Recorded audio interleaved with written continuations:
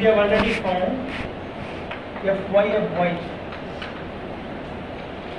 Okay. Of course, dy you have to put. Actually, fy of y dy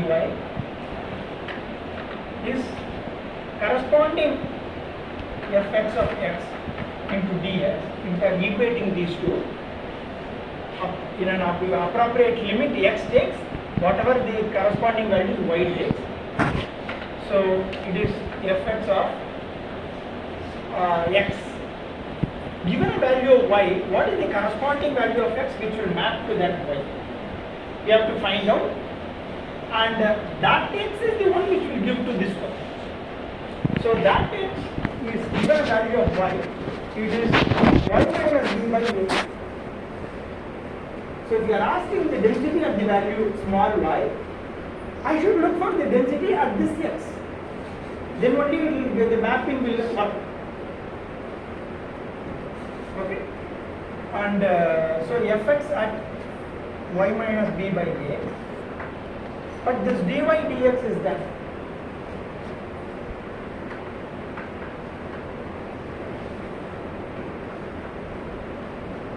Is that. And what is that one?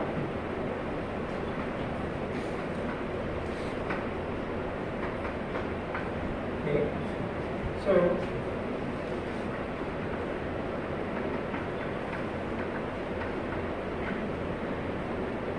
but only thing is, care we have to take that we have to put this as mod. Okay.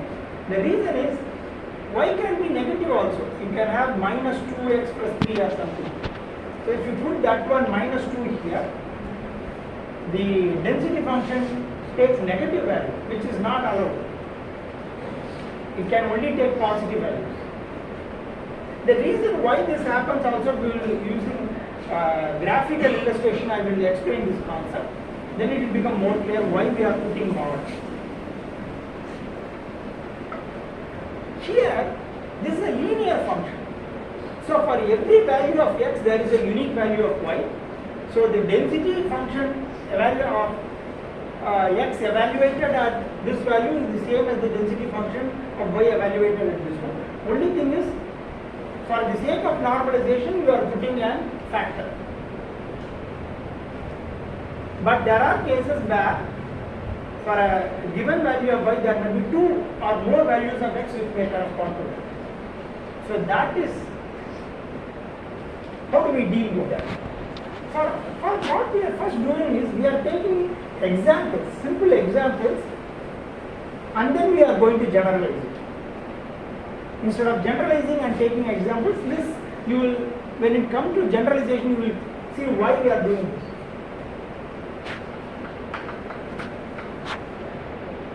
X is a random variable, and looking at a function y is equal to x square. Then,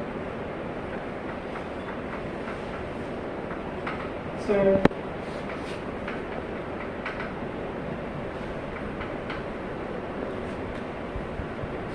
first of all, let's look at how this function works.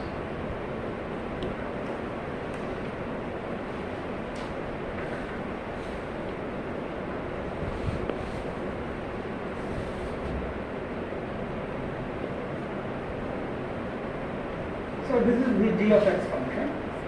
So what you are asking is fy of y. That is probability that y is less than or equal to some value. What we are asking. So how do we find it? Y can take values. This is the y-axis, can take values over this region. So for y less than 0. So you are asking, giving a value of y, which is here, and then what is the probability that y will take a value less than or equal to this? It is 0, because y cannot take any negative values, because x can take values over there. It's a general random variable, so it can take any value, but because of the nature of the function, y is always positive. And asking question, what is the value, what is the probability y will take a value less than y for negative, it's all 0.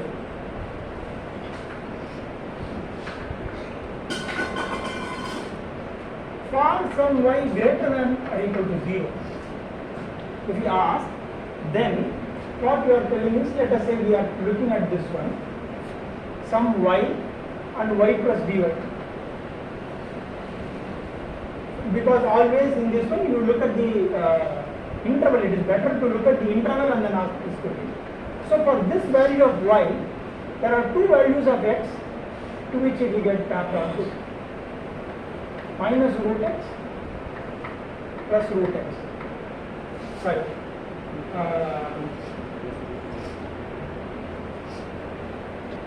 Yeah. Root y. The x minus root y and plus root y are the two values of x such that for which y is less than or equal to y. So in a similar manner you can, for y plus dy also you can do it.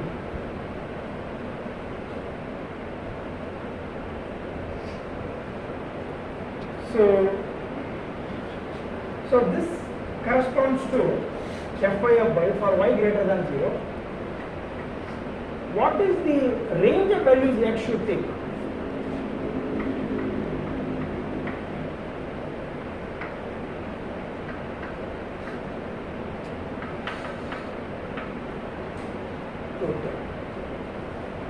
If x takes a value in this range, then what will happen is the corresponding y will take a value less than this one. So that is probability that this is f x evaluated at plus root y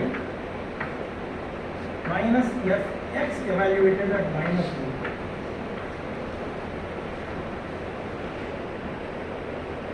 Because you are asking for a probability over a range, okay, then it has to be this one, CDF evaluated at the upper value minus CDF evaluated the lower value. This is how it is. Then what is f y of y?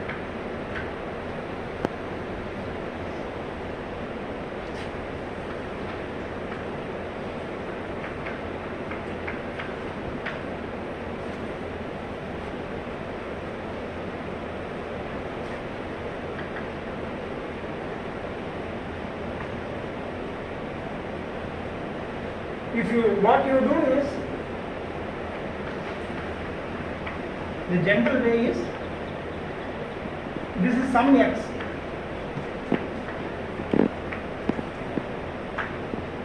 This is the way we are going to do.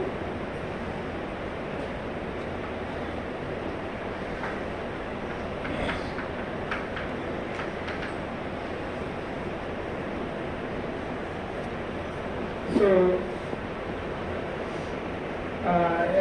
this fx evaluated at this value of x, which is plus root y. See, you are just, if the CDF differentiation with respect to x will give you PDF, whatever it is, that is fx, but evaluated at the same place, plus root y into d root y by y.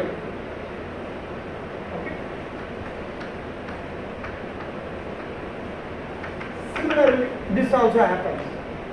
So this will be 1 over 2 root y.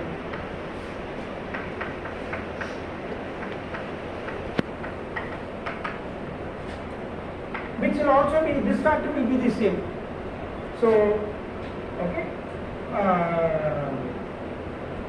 And you see that at both these places the densities will be the symmetrical. So it is 2 by 2 root y, but in general what you have to do is as follows. You have to write it like this.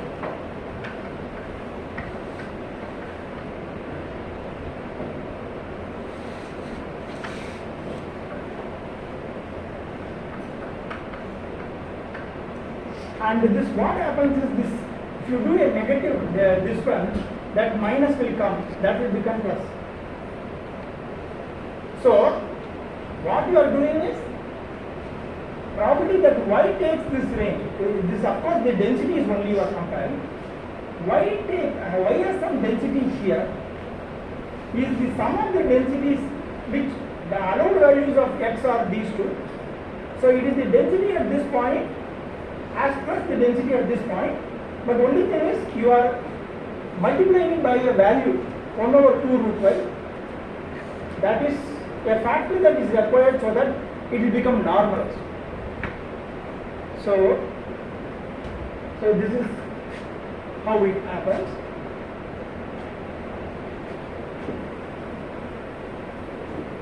So if x were normal, let us say x is 0, then fx of x is 1.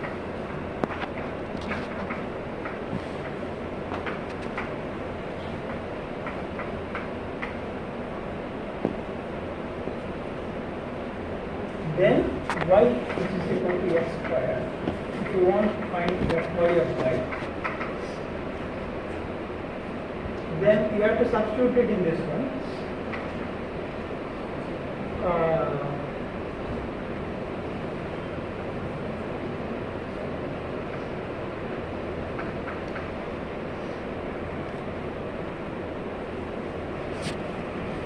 Root of 2 pi into fx at plus y, if you put it, you have got, see there are 2 and 2 will come. Of course this becomes the, it will be 1 over root.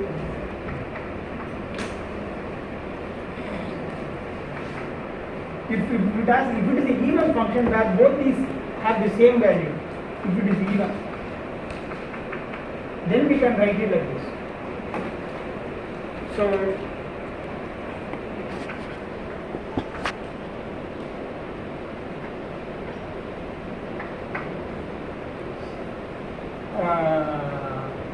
what you have to do is root by you have to do. If you put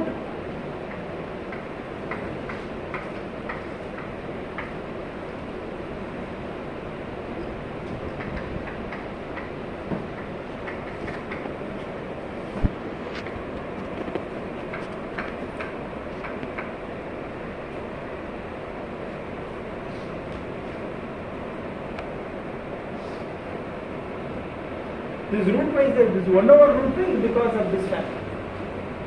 This one. This is true for y greater than 0. This is what happens. So you have a normally distributed random variable, and you define a random variable with square of the standard normal random variable that has this form. This is called as the chi-square distribution.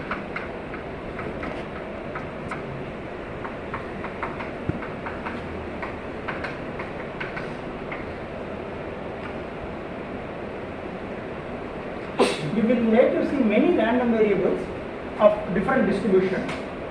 Okay, but this is one the first encountered random variable, which is other than the normal uniform exponential normal random variable. You look at alpha, beta, Rayleigh distribution, all these things later. So we will start. I will stop it.